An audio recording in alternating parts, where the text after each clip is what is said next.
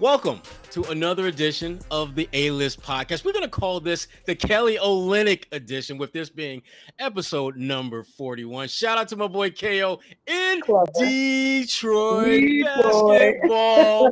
My dude, good guy. Love Kelly Olynyk. And also, I love that as we get to the start of training camp, it's right around the corner. You're starting to see guys kind of flex their muscles a little bit, show the hard work they put into the gym. And, we've talked about Jayson Tatum and how he's kind of really been flexing his muscle, looking like a completely different dude. And then you've got Kevin Durant. And let's take a look at these two guys. And just now, I got to be real with you now. Is this the battle for the Eastern Conference? I mean, when I look at Tatum, I feel as though there's a lot of realism to that. I don't think, because when I look at, because right now Tatum is in a position where your muscles are about as flex as they're going to be. So you can kind of see that Tatum looks like that in this pose, but probably once he drops that weight, he's going to look more relaxed. Slim, which he was at his golf tournament this weekend. He looks slim but muscular. So that photo is definitely a catfish in my opinion. Right. Now the Durant one, Kevin Durant is looking like he was photoshopped for Ime Udoka with the muscles. Because that's how Ime Udoka looks when he's in a relaxed state physically. And when you're holding a ball like that, that's where you are. So I'm not quite ready to put my chips down and say Kevin Durant looks like that. He may be stronger. He may be more physically built and all that, but that ain't Kevin. The Kevin Durant that you see in front of you now, for those who are watching this on YouTube, that ain't going to be the dude that's going to drop 30 and some change every night in Brooklyn. Absolutely. Don't see it happen. No. I think when you look at the offseason pictures, everyone's about the gram, especially during the offseason. So these photos are, I say catfish, thirst trap, whatever you want them to be, because they're literally flexing their muscles on the show that they've been working out. We know that they've been working out, but if it didn't happen on Instagram, then apparently it didn't happen at all. And I can't be mad at either one of them for doing that, because one of the knocks against both of those guys for as long as they've been in the NBA is that you're not big enough, you're not strong enough, you're not this, that, and the other. Even though they both still go out there and hit you with 25, and there's not a drop of sweat on their body when they do that. So are you sure you want them to get be built bigger on the floor and attack players? Now with Tatum, I could see wanting him to get a little bit stronger, because one of the things he does not do first of all, his body is still physically developing. He's still a young, he's not even 25 yet. Durant, right, exactly. He's only 19. He's been 19 for like the last 4 years. Right, crazy. Durant ain't been 19 in about 30 years, the way he balls. But the thing about Kevin Durant is he's so far down the road and he's so damn good at what he does right now. I don't see a whole lot of benefit to him bulking up at this point in his career. It's not like he needs to find other ways to score.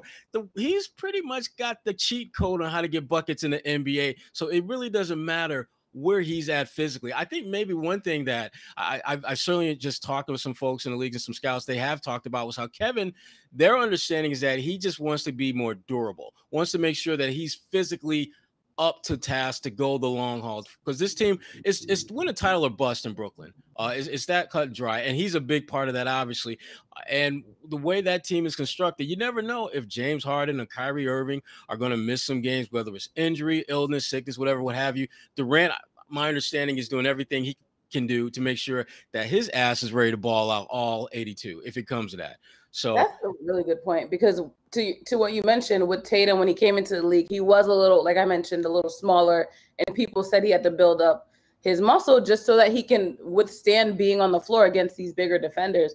With KD, I think with time in the league comes the fact that a lot of people aren't even going to defend you as much because you're a KD or a LeBron. So it's not like he needed the muscle to really intimidate anyone. It's more so, as you mentioned, of staying healthy as you get older in the league like this, where your body is worn out and torn out. Then he just needs to make sure that he can withstand the entire season, which it looks like he's ready for.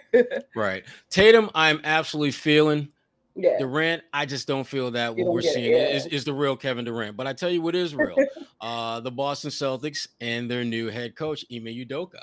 Now, to me, it's funny how, like, whenever a coach comes on the scene, people are usually at one extreme or the other. They're either hyping this guy up to be the greatest thing since John Wooden, or they're just giving him no love at all, thinking he's just somebody that they're just throwing out there. Yeah. And I feel Udoka is going to be somewhere in the middle there. I just think back to when Brad Stevens first took over and how, oh my God, the boy wonder is going to do great things. Yeah. And he did some good things. But to me, when I think about Brad Stevens, I think about like whether it's your child, whether it's your niece, your nephew, when they make that first meal and it's like a peanut butter and jelly sandwich and everyone is like, damn, this is the best peanut butter and jelly sandwich I've ever had. Now, that 5-year-old, 20 years later, as a 25-year-old, invites you to lunch and they make you a peanut butter and jelly sandwich, it ain't the same. Yeah.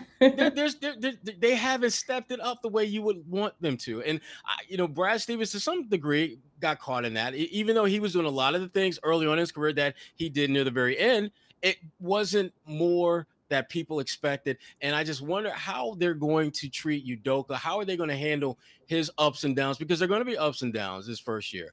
What are your thoughts on how you think his first season is going to go? Is it going to be a long extended honeymoon, or is it going to be like, divorce court in a minute? Well, I will say from a Boston sports media standpoint, even though that should not be the determining factor of. But you about to put that in the mix. I can see that right now. But it's a very relevant aspect when it comes to coaches that come to a city like Boston. So unfortunately, I think for him, his first season, every single game is going to get picked apart.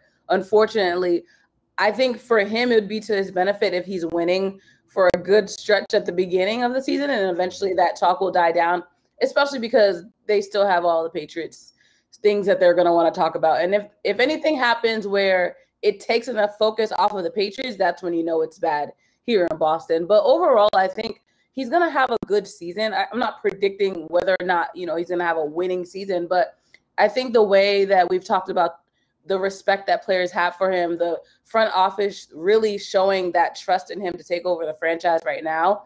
He knows he has a standard to uphold, so I doubt that he's obviously not going to come into the job slacking, but he does seem motivated enough, and the players seem as though they respect him enough where after they figure out some kinks at the beginning, which every new season you're going to have that, I think it'll be a pretty interesting season to watch, and hopefully for him a successful one, but I don't think it'll be a bust. Well, I think he's going to come under a different kind of pressure than Brad Stevens did. Yeah. And there are going to be a lot of factors that come into that. But to me, the biggest factor is this. He inherited a team that has 2 All-Stars who are very young.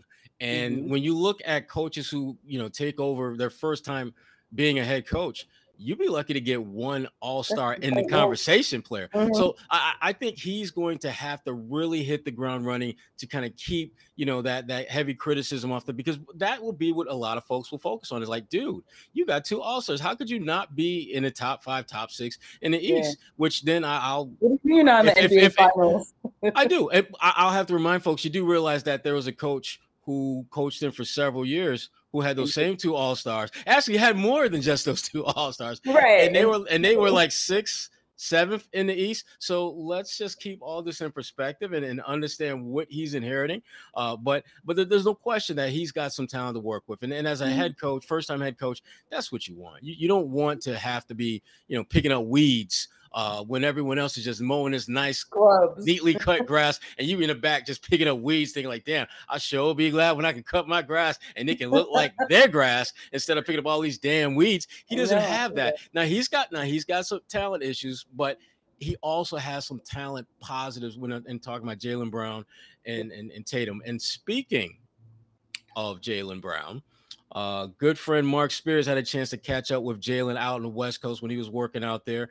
And also I just earlier this summer in Vegas saw Jaylen also doing some workout with the Summer League team, and he looked good. I mean, bruh, I know that he's had a lot of time off dealing with that injury. But the one thing about Jaylen is, man, that brother come ready to ball every day and comes motivated and always finds ways to be motivated. And you better believe that all that chatter about, man, if the Celtics want to get Bradley Beal, they're going to have to get rid of Jaylen. Right. Jaylen ears is like, keep it coming. All right. Keep it coming. He wants that. And I think he's going to have a great season. And it looks like he may very well be able to do some things sooner rather than later with the Celtics, which is a positive. What do you think it's going to look like for Jaylen when he gets back out there? Like you, I'm excited to see him bounce back from that May surgery. Obviously, when fans saw the release that he was going to be out, they were freaked out. But the clips that we've been able to see of him practicing, I actually saw a clip on someone's Instagram story yesterday. He was working out with Ben Simmons and Nerlens Noel. So that was pretty interesting to see that he really is back into that NBA speed, I think, when you talk about practices. Because a lot of times they'll be practicing against random other people. But to see him playing against other NBA players, I think says a lot to the level of how much he's recovered. And I'm excited to see him play. We've always, now that he's finally been able to get his all-star under his belt, I think he's going to come back even more motivated that he proved himself in that way. But he's always saying he has more to prove. So what do you have for us this year? Exactly. Well, since you brought the name up, because we got to talk about Ben Simmons. Yeah, that's why I brought it up. My goodness, let's just get that out the way right now. Woj had a story the other day about Ben Simmons, a very similar story that Keith Pompey of the Philadelphia Inquirer had about a month ago about how Ben Simmons was not going to report to training camp, which is no surprise when you look at just how things have steadily digressed between him and the Sixers. And I got I'm in my feelings big time on this one, but I want to see where your feelings are on this one. Really? You're in your feelings? I got some very, I want to hear what you guys say about Ben, because I know where I'm at. Okay. Well, first of all, I listened to Doc Rivers do what I'm essentially seeing as a PR crisis for the Sixers organization. And please don't go. I never said that. I understand when players and coaches feel as though their words were misrepresented, and whether or not he thinks that's true, clearly Ben Simmons disagrees with that. And after him and Joel Embiid, Doc Rivers and Joel Embiid basically threw him under the bus, I don't blame him for not wanting to play for that organization ever again. So right now the ball is in him and Rich Paul's court, and he can go wherever he wants because clearly they are checked out. So, I mean, I don't really see anything else Philly could do to convince him to want to go back and play in Philly. There's nothing that they could do to get him there. Well, let me be clear on this. And I want people to understand. I don't like the way Philly has handled this situation. I don't like it at all. I think whenever you throw a player under the bus, you are automatically devaluing him if you're looking to trade him. No one wants to add a player that other team doesn't want. You want to add it, because if that's the case, you're going to give them a less than desirable offer, which is exactly what everyone is doing. Right. Now, that's the backdrop. On Front Street, Ben Simmons needs to go.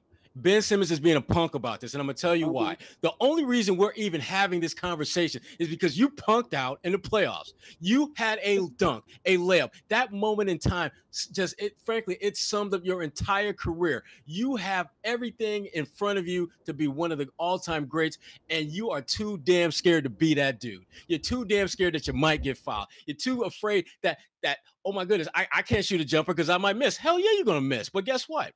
Ray Allen is one of the greatest shooters ever, and he misses more threes than he made.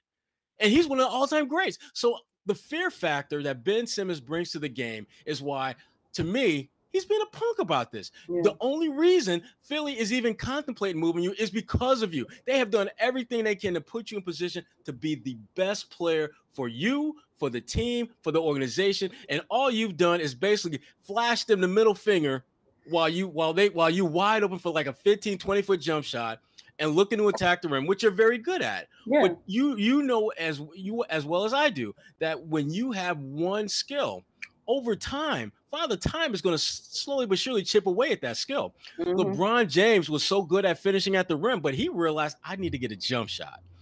Okay, I need to make free throws. I need to get a 3-point shot. I need to work on my post game. That's what the great ones do.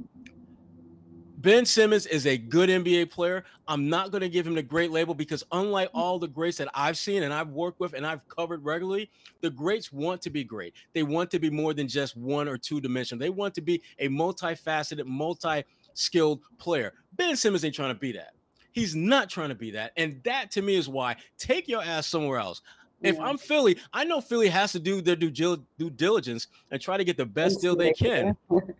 And I get that. And so when Doc Rivers is kind of going in Deion Sanders mode, backpedaling, covering all as much of the field as he can, I get that. And I respect that and understand why that's happening. But there's a part of them, and they're never going to admit this publicly, but there has to be a part of them that say, we need to get rid of this dude because he is not about getting better. And when you're that young and you're that skilled and you have a clear and undeniable weakness and you don't want to work at that, and when I say work at it, I'm not talking about having somebody shoot a 10-second video with you shooting threes with Rondo. Right. That ain't working at it. Working at it is actually taking those shots in games when you're up by 10. Or taking those, to me, it doesn't matter when you take the shots, but just take them in games that actually count. Do them when there's something so when there's something at stake. And Ben Simmons is not trying to be that dude. And I'm not trying, if I'm the Sixers, I'm not trying to keep him around. I don't want him around. He's not going to help us win a championship because he has shown zero growth when it comes to making plays that matter. And to me, when you have a potential dunk in a game 7 right in front of the rim and you pass it to a first, second year player because you're afraid to get fouled, and I'm not, those aren't words that I'm taking out of context. You said that. He literally said that after the game, that he thought he would get fouled, and that's why he passed it. Dude, you do realize if you get fouled, that's 2 free throws. Oh, that's right. I forgot. You're afraid to take free throws too. That's right. Get out of here, man. Along those lines, my frustration with him is that mental aspect of him choking so much during the game. And it's to a point where it's like, is he seeking some kind of sports? Like, I know they have sports psychologists and people that can help them work through stuff like that. I don't know what's going on with him. And I think, honestly, part of it maybe is the fact that he was supposed to be this godsend child to Philly, and it got to his head too early to the point where, like you mentioned, is there any motivation? Do you want to be great? If you want to be great, why aren't you proving that? You've had enough time to prove it in Philly. Now he's going to move on, but the next city he goes to, you're going to have to do something. You can't just sit around and think you're going to make it in the league by not trying harder, whatever that means for him, whether it's physically, mentally, something needs to change. And I'm sure that Rich Paul understands as a representative of him that they're going to have to sell him on whatever city is willing to pick up that contract as well.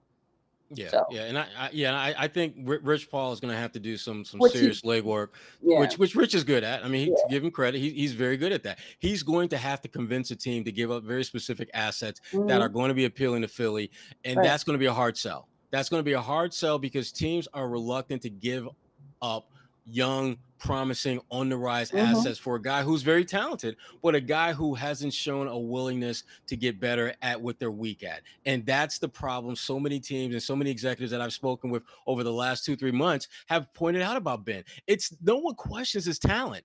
No one questions his ability. It's about whether he wants to get better. And that is a major question mark that every team that has the slightest bit of interest in him, including the Celtics, have. That's why for the way I've seen this and the way that this has been presented to me, his value is going to steadily decline unless they find that one team that's saying, we don't care what everyone else is saying. We love this kid. We're going to do what we can do to get him. I wouldn't be surprised if you see, someone like the Sacramento Kings or the LA Clippers or the Lakers or someone that has ownership that isn't afraid to roll the dice. I think of Steve Ballmer with the Clippers. He's one of the first guys that comes to mind. I think of Mark Cuban in Dallas, another one that comes to mind. Folks who are in positions of power who have shown a willingness to roll the dice when they think that there's tremendous upside and potential while ignoring some of the red flags that might be popping up left and right. They don't care about that. But Ben Simmons, he's an interesting, intriguing enigma of a player, to be candid with you. I'm just glad that he's not my teammate. We're going to focus on training camp. That's what we need to be focusing on. Basketball's really almost back. I know. It's awesome. And when you speak about coming back, Kwani, Papa's back. Yes. Big Al is back in the building. When I talk to folks about Al, I get very mixed responses. Really? There seems to be, and a lot of it is due to Robert Williams. A lot of it has to do with Robert Williams. But I think Al's going to have a solid season for the Celtics. What are you seeing? He's healthy. he's motivated. I understand, like, when he went to Philly, there was so much trash talk about his game and how they thought, yeah, he's old and all that. But honestly, I really do think that he's going to come back to Boston and really show out. He's always been that humble, quiet. He doesn't answer to the haters in that sense, but I know he somehow hears the chatter. And I think the way that we know him as this blue collar, go to work and just play the game is what we're going to see this season. And I've mentioned we've talked about off the floor how much of an influence he is in that locker room and how much of an influence he was in the locker room when he was in Boston. So for that culture, I think, to be reinstated into Boston, along with whatever Ime Udoka is going to bring to the table as well, I think the leadership, when you look at this Celtics squad, is really what's going to be what makes them stand out from the other teams, especially in the East, because they all seem to just be level-headed, and that's what this team needs. I think in the NBA, you need that overall. You know what kind of nonsense goes on off the court, and to have people that are just really level-headed, I think that's the biggest thing that Al Horford's going to bring to the table. And I understand people wanting to see more Rob Williams time, but I think this is a perfect opportunity for Rob to see how Al moves as well and really soak up that knowledge, whether on and off the floor, just to see like how you present yourself in the NBA. And I think it won't be a bad thing for Rob Williams. And I imagine that he's still going to get more minutes than we've seen in the past, even if it's not as much as fans would like to see. Well, this is what first of all, Robert Williams better play more than Al this year. If Al is playing more than Robert Williams, something went wrong. Something definitely went wrong. But I think the thing that there's a couple things that Al does. He is actually the perfect bridge for this new look Celtics team and this new coach. Having worked with Udoka in Philly, he understands him better than any of the players on this team. He literally was there with him on a day in, day out basis. So there's that component. And when you look at the core guys on this Celtics team, all of them played with Al. All of them understand his leadership and how important that is. And they know what it's like to not have Al around. And so I think for him, his greatest contributions are not going to be in the stat sheet. It's going to be, how does Rob Williams handle himself in heated, contested moments? Is he going to be clutch and play with composure, or is he going to crumble? How is Jaylen Brown and Jayson Tatum going to elevate their leadership quotient? Both of those guys are extremely talented, but they're young, and young guys are not just natural born leaders, because leadership requires you to have some receipts when you walk in a building. And even though both of those guys are all-stars, they're still relatively young and still building up their brand, building up their game, building the foundation for which they plan to be players in this league for a really long time. And they're off to a great start. But having someone like Al Horford back in the mix can, I think, only further speed up that process. And the one thing about Al, and we know this from being around him, is Al ain't tripping. Al is not trying to be that dude. It's like, you don't need to put Al on a pedestal. Al doesn't need 1,000,001 touches. Al just wants to play the game. He's at that point in his career where he's like, look, I've been an all-star 4 or 5 times. I got more money. I'm married to a beauty queen. I mean, what? My life is good. I don't need to be flexing on these young boys to let them know that I got game. And I respect the hell out of that about Al Horford. And so to me, I understand why Brad wanted to bring him back. And if you were going to find a home for Kemba Walker to move him to, you knew Oklahoma City would do this deal, and you knew what you were getting it back in return. And that's one of the other things about this, having Al back, is whenever you make a trade, there's always this element of uncertainty, except when you're trading for someone that you've already coached, that you've already been around, that you know them not only in terms of what they do on the court, but also their character off the court. Yeah. And that, again, I'm a big fan of Al Horford. I've always been a big fan of his, going all the way back to when he was in Michigan, when he was in high school. And I got a chance to see him play a few times when I was covering the Pistons. And to see where he was then and just look at his just steady growth, winning 2 national championships at Florida, leading an Atlanta Hawks team that was just god awful before he got there, to being a playoff team every single year he was there. He's a unique talent, a player that, again, now are we talking Hall of Fame? Probably not, but we're certainly talking about a guy who has been a very, very good player, veteran, leader, teammate for a long, long time. And speaking of long, long time, can we get Robert Williams on the court for a long, long time, like without an injury? Because to me, that's the only thing that I see keeping him from being an all-star. Because I do believe Rob Williams will be in the all-star conversation, not only because of his talent, but also because just a lack of centers in the Eastern Conference as well. But can the brother stay healthy? Can the brother stay healthy? That is the question.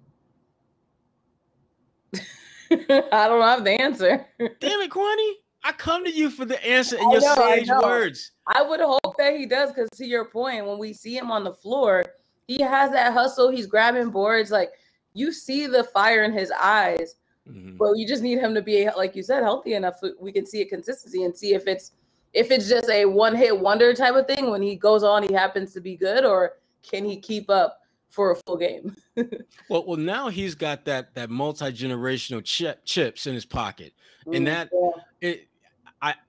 the contract that he signed with the Celtics is a good one for him. It's a good one for the Celtics. When you think of the injuries and things of that nature, it works out well for both sides. Yeah. But if you're Rob Williams, you got to be thinking, if I play up to the level that I'm capable of, they got to steal with this deal. Yeah. And so at that point, you got to be thinking, if I can turn this steal into a deal down the road, I need to stay healthy. Yeah. I need to be that dude. And I think Robert Williams, I'm really hoping that he has a breakout season and just stays healthy, stays locked in, because the talent is there, the skills are there. He's got money, so he's in a pay bracket. He's in a pay scale bracket now that is significantly greater than anything he was ever going to do before. And now it's just a matter of, can I flip this and get more cheddar? Because look, you only have a certain amount of time in the NBA as a player, and you need to stack as many chips as you can. I look at guys like Kevin Durant, who's got so many amazingly awesome outside the court things going on that, look, if they told Kevin Durant tomorrow that, Kevin, you know what, you need to walk away from the game, Kevin could be like, cool. Right. I'm still making money. But financially, he would be able to. Yeah, he'd be like, cool. I mean, same with LeBron, same with Steph Curry, all of them. They racked it up off the court. Exactly. They're smart. They're straight. They're straight. And we talked a little bit earlier about Udoka and expectations. And the last couple of years, and we've seen it up close, Kwani, you know this. People have been just clamoring at the bit that the Celtics team is a championship squad. And they've had rosters that on paper were right in the conversation. I mean, to think of that, at one point they had Al Horford, Kyrie Irving, Gordon Hayward, Jayson Tatum, Jaylen Brown, Marcus Smart. They've had a lot of variations of teams that should have been. Yeah, and for injuries, illnesses, inconsistent play, you name it, it happened to this team. And obviously most of those guys are gone now. And so the expectations aren't quite what they've been. I don't know if that's a good or bad thing for Udoka. It's a good thing that the expectation isn't high, but the expectation isn't high nationally. Locally, it's still going to be high because people have that recent history of knowing all of these rosters should have made it far. So in their head, even though Brad Stevens is no longer the coach, they still feel as though, at least from a fan perspective, it always seems as though they think that you should be building upon the momentum of last season. And when you look at the last few seasons, those teams should have been further along in the East than they were. So I think with Ime, the unfair part is when you look at the local conversation surrounding it and knowing that there is going to be this expectation set to do well. But I want to give the Boston fans and media members a little bit of benefit of the doubt, thinking that they'd let him start fresh. But you go ahead and you do that, Kwani. We see where that got Cam Newton. So you go ahead and do that. You mentioned Cam Newton. Now Cam, in their defense, Cam did not play particularly well. Absolutely, I agree with that. And I mean, if we're being like brutally honest, Cam was kind of trash for way more than somebody who was like. Cam was one of I think 4 black to quarterbacks to be MVP, and he was by far, when you look at the others, he was by far the worst. His game fell off quickly. I don't know if he will get another shot. But my point is the fact that they weren't even willing to give him that second season. You're right. Yeah, that's what frustrated me. I know it's a whole other podcast, but right. I can tell you right now, I had no problem with them cutting Cam loose. And again, that's for another podcast. We can talk about that another time. But what I wanted to hit you up on was the backcourt. Because the Celtics got a lot of bodies in the backcourt. Yes. A lot. How you think that's going to shake down? Because to me, it looks from the outside looking in, it looks like kind of like musical chairs, which means somebody ain't going to get a seat. Well, we know Marcus. If we could just go based off of money tiers, then the expectation is for That's how the league works, right? You get listen, Kwani, there are money tiers and then there's money tiers. Ooh, and when I think of money tiers, I think of Dennis Schroeder. Yes, however the hell his name is supposed to. That money that he lost. He ain't making that money back. I know he's not. He ain't getting that back. That's like walking out your house, losing your wallet that had like $85 in it, and you get your wallet back and it's got $5 in it. You're not gonna get that $85 back. Somebody took that money and are having a good ass time at your expense. However it breaks down, somebody is getting that money in their pocket, in their bank account, routed to their bank on the 1st and the 15th in the NBA that should have been going to your German account, Dennis Schroeder. So you ain't getting that money back. Poor Schroeder, because I bet you he spent the last few months talking to hopefully a therapist trying to unpack that and get over it. And the first question or second question he's going to get when he has availability with Boston media is going to be about that. I guarantee it, because they love stuff like that. Well, they do, but it's a valid question. Because, it is. I understand why. Because it's like, to me, it's kind of like, I'm going to the prom with like Halle Berry, and then you wind up showing at the prom with, anti-Halle Berry or. I'm glad you didn't say a name of anyone. You just said anti. That was smart. I knew what I was doing. Or I got another one for you. Yeah. It's like recruiting a kid and his name is Ray Allen. Only you actually wind up getting Allen Ray. It's like, I can't stand you. Oh my God. There's a big difference between it. It's very similar, but it's not quite the same. Oh my God. That's all I'm saying. I am pulling for Dennis Schroeder to have a great season. I won't, because to me it would be such a great story if he just balls out, has an all-star season, and gets that like that 85, 90, $100 million deal at some other team, because I don't think the Celtics are gonna pay him that money. I would love to see him have that kind of fairy tale ending, but let's be real. The possibilities are low. They're not good. They're not good. I mean, he's going to need some things to break his way that none of us can see coming in order for him to position himself to where he can confidently go out and get that money. Because even if he has a balling out season and he's feeling good, and everyone's talking about, oh yeah, he's one of the top free agents, he should be getting like 4 years, $200 million. You better believe he's going to be like, yo, nah, I ain't falling for that. Right. I'm not saying nothing. Listen, when I get the 9 figures, I'm going to let y'all know, but I'm not, look, I'm not going out like Charlie Brown and Lucy. I'm not, I ain't doing that. Falling for that again. I ain't falling for that. Well, to that point, we know that Marcus and Schroeder, I imagine they get a bulk of the time on the floor. So where do you think that lands Josh Richardson and Peyton Pritchard? Well, I think Josh to the lineup. Yeah, Josh Richardson, I think, has the ability to be kind of a Swiss Army knife type guy who can play play off the ball. In certain lineups, could probably play a little bit of 3 depending on who the opponent has at that small forward spot. I think Peyton Pritchard is going to be the odd man out. And again, I think Peyton's a good player. I'm just looking at the guys ahead of him, and I'm thinking they're bigger. They're stronger. They're more experienced. And even though Pritchard, I think he's one of the better shooters among that group. In fact, he's probably the best shooter.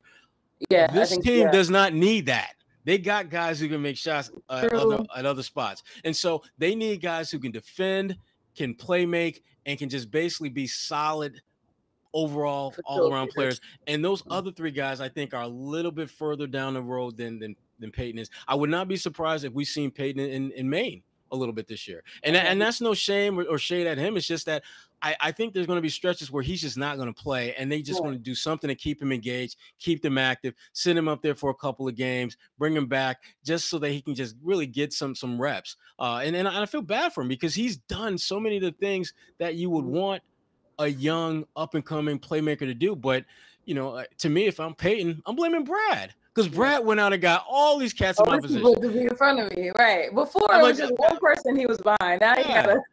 It's like damn, Brad. I mean, I thought we was like cool or something. I mean, Marcus, okay, I get it.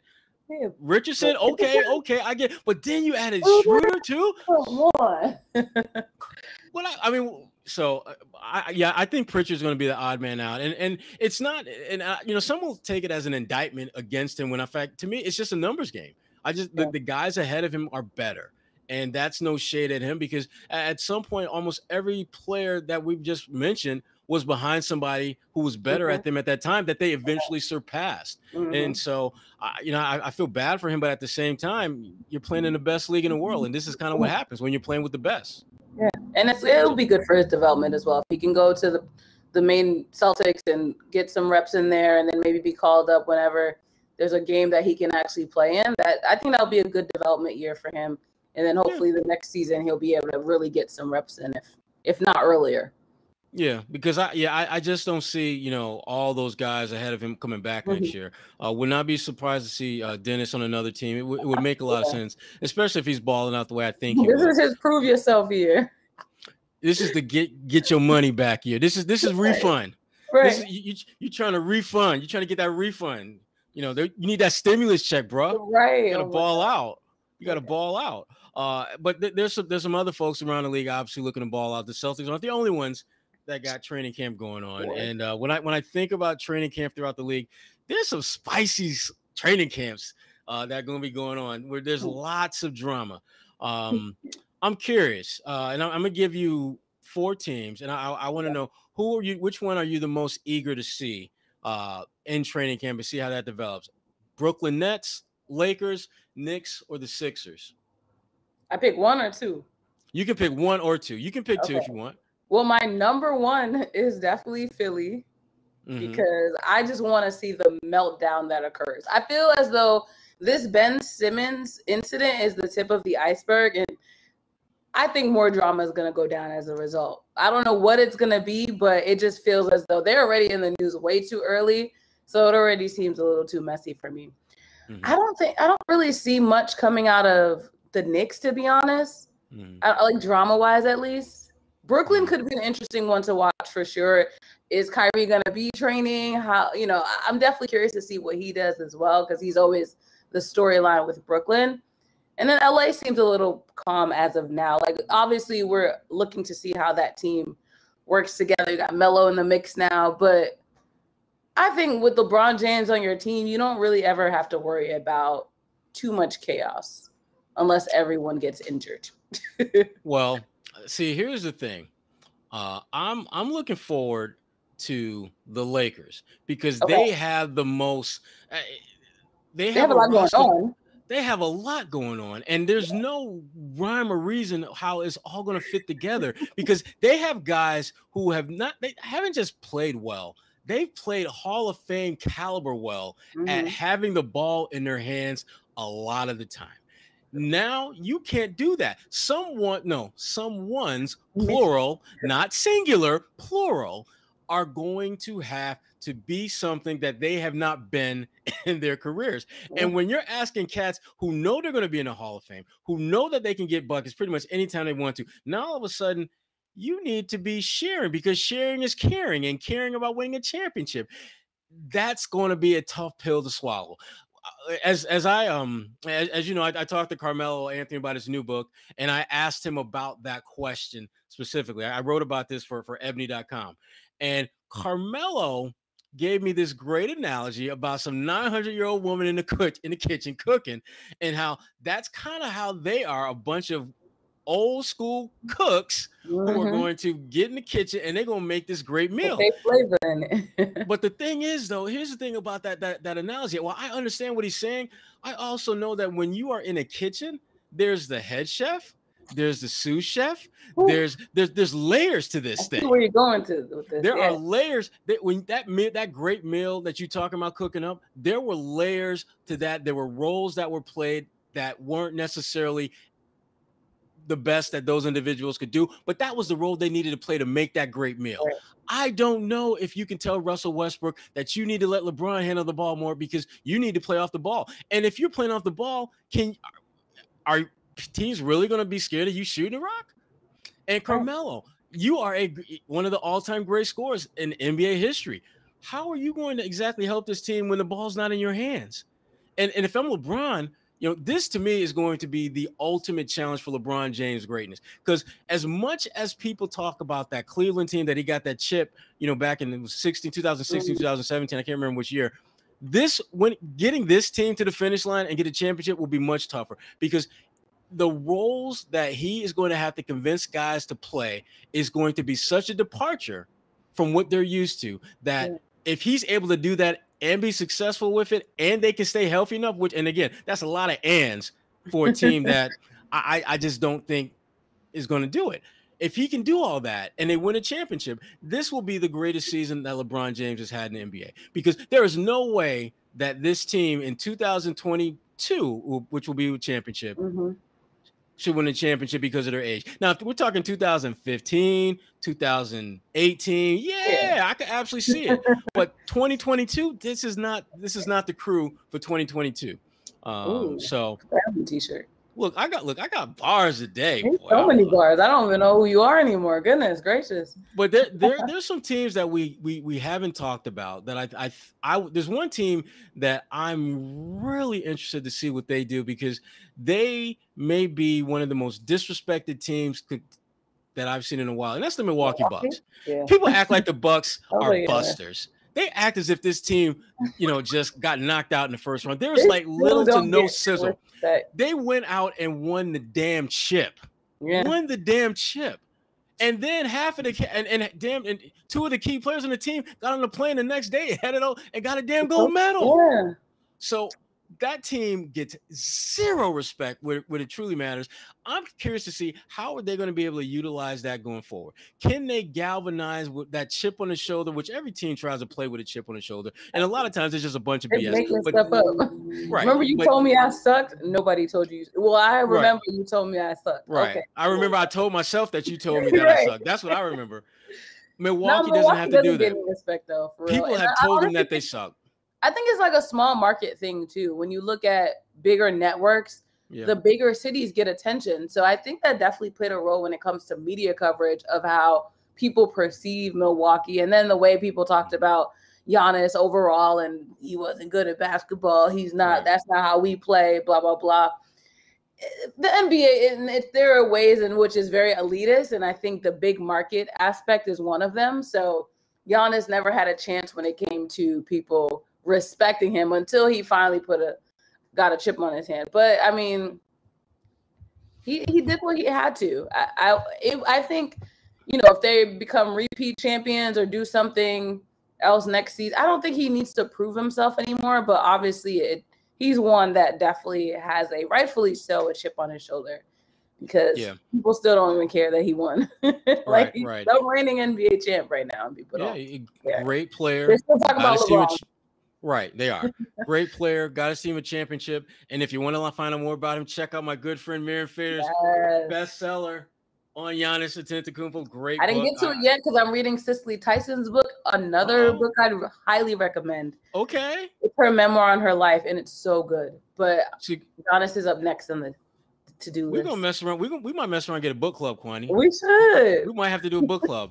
I tell you, but I tell you who will not be invited to my book club. Your girl Nicki Minaj.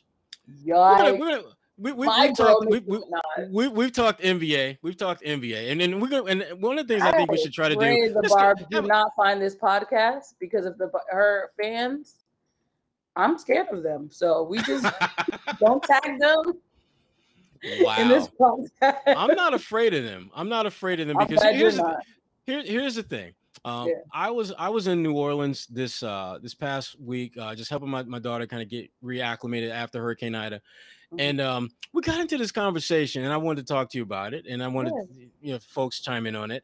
We got into a conversation about Nicki Minaj and whether she's the greatest female rapper of all time. Right. And I'll tell you, Kwani, when I was first approached with that subject, my immediate knee-jerk reaction was hell to the no. Okay. Hell to the no.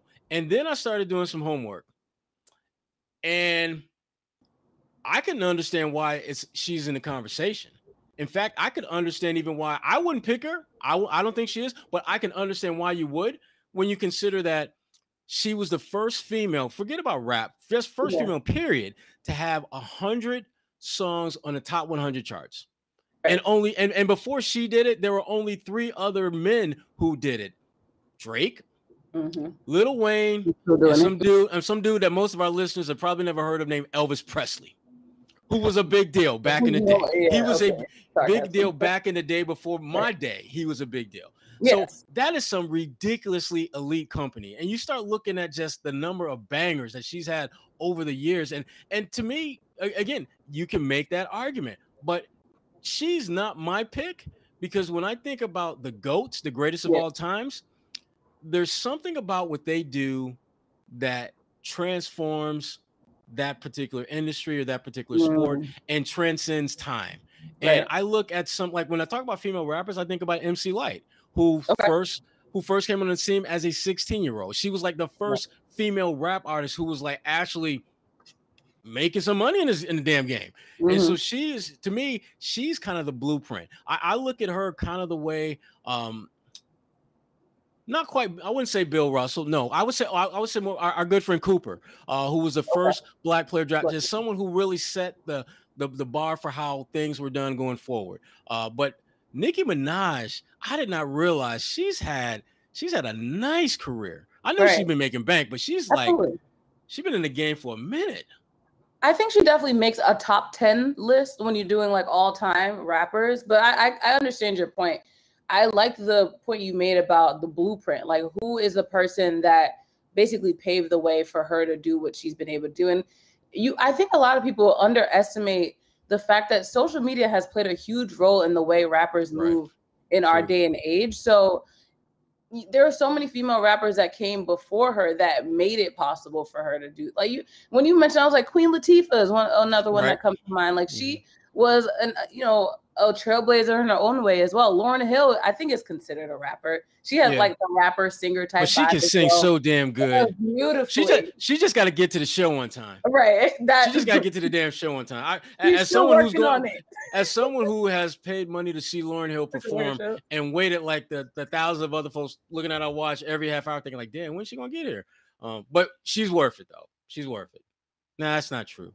She should be more punctual, but I get your point. Yeah, there's so many. A lot of great female rappers out there, but she deserves her credit. Like, I think she's talented, and the people around her clearly have known how to make her marketable up until right now. Yeah. We're not going to get into the whole anti-vaxxing and all that stuff because that's. She has her own. Now she has legal issues with her husband. Yeah, from that incident back in, I think it was 2014, I believe. The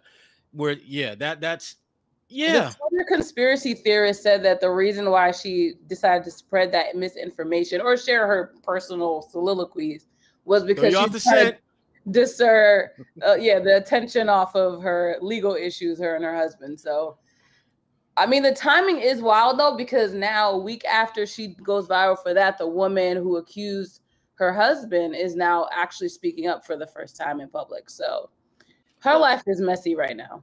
Yeah, sometimes when you are so prominent in the spotlight, sometimes the best thing for you to do is just kind of keep your head down for a minute. Seriously, just don't say anything. And just do what you do. And just do what you do well and kind of leave it at that. I mean, I look at somebody like Chris Brown, who has had his issues. And what does Chris Brown do now? He makes music. Right. You don't hear a damn thing about Chris Brown anymore. You don't hear a damn thing about now. Now, obviously, he's done some dirt, and he is. He's a dad now too. He just kind of changed his whole. He's changed the game up. When you think about Chris Brown now, what do you think of? Music. Because that's pretty much all he's doing, at least from a public standpoint. Right. But Nicki gonna be Nicki. I mean, it is what it is, and we are who we are. Yeah. And we do what we do. And speaking of what we do, Kwani, what are you doing? What do you got coming up? What do you got coming up with NBC 10? So the local lowdown has officially been recorded, the first episode or segment, I guess. And basically, we're going around different neighborhoods of Boston. I think eventually it'll just be Massachusetts. And figuring out what people do that live there. So we started in Alston and went to a few shops and places in the area. And we interviewed people that worked there. And that should be dropping next week on the Hub today. I'll probably post it on social afterwards, but it basically tries to capture the essence of what Alston is. So every time we shoot one, I'll put it out there. You guys can watch it. And eventually I'll be calling out for people that are in Mass that want me to go to your neighborhood and you take us through and see what's going on as well. So I'll be looking for pitches on Twitter and Instagram if you guys are interested in showcasing your town. Okay, Kwani. Okay. Yeah, well, let's see. What am I doing? What am I not doing? Better question. Still doing. There's a garden report. I'll be doing some things for them in the coming days. Maybe even today. I think. Also stuff for Ebony. I'm writing about just quarterbacks in the NFL. The fact that for the second year in a row and the second time ever, there were 10 quarterbacks that were Black starting in week 1, which is unprecedented, obviously. So just writing about that and doing stuff with my new platform with Facebook, bulletin.com. I've been getting emails. fullcourtpress.bulletin.com. Just writing some content for there. And there will be some we're going to change it up in a minute. Once we get into training camp, there will be audio content. There'll be some podcasting content. In fact, you just may very well find this podcast posted on there as well as some other content. So there's that going on, and obviously teaching at BU, which I love to do. Shout out to my students who tried to get that extension. I love y'all. I love y'all to death. I do. But no, I'm just going to leave it at there. I love y'all. That's all. I'm going to leave it right there. I'm gonna leave it right there. Oh my God, I can't. So that's kind of where we. Kwani, you be in trouble, girl. You would have no hope. You'd be mad at me. No, it's fun. All this stuff is fun. All that we're doing is fun, and that's the awesome part about just kind of being in the media and stuff like that. Most of your days are fun. This is one of my more enjoyable parts of the week doing this. So, and also it's great to have a partner like you, Kwani. Also, our listeners should know that there is a possible event that might possibly happen soon. But you got to listen to the next podcast to find out. Oh, I think I know what you're talking about. I have a meeting for it right after this. Oh, you should be on the meeting, so I'm going to invite you as well. Oh, okay. Because I was going, gonna step back and let the grown folks do what the grown folks do. Sherrod's always trying to get our responsibilities. I'm kidding. Yeah. Oh yeah. Oh yeah. Child, don't let that child lie on you, Sherrod. That's the people in the choir saying, don't let her lie on you on your podcast. Exactly. No, there's some exciting things coming up, and we'll certainly be filling folks in on those things in the very near future. For exciting things for Kwani, exciting things for me, exciting things for all of us. So that being said, thanks again for checking out the Kelly Olynyk edition of the A-List podcast, number 41. This is A. Sherrod Blakely, Kwani A. Lunis. We are out. See ya.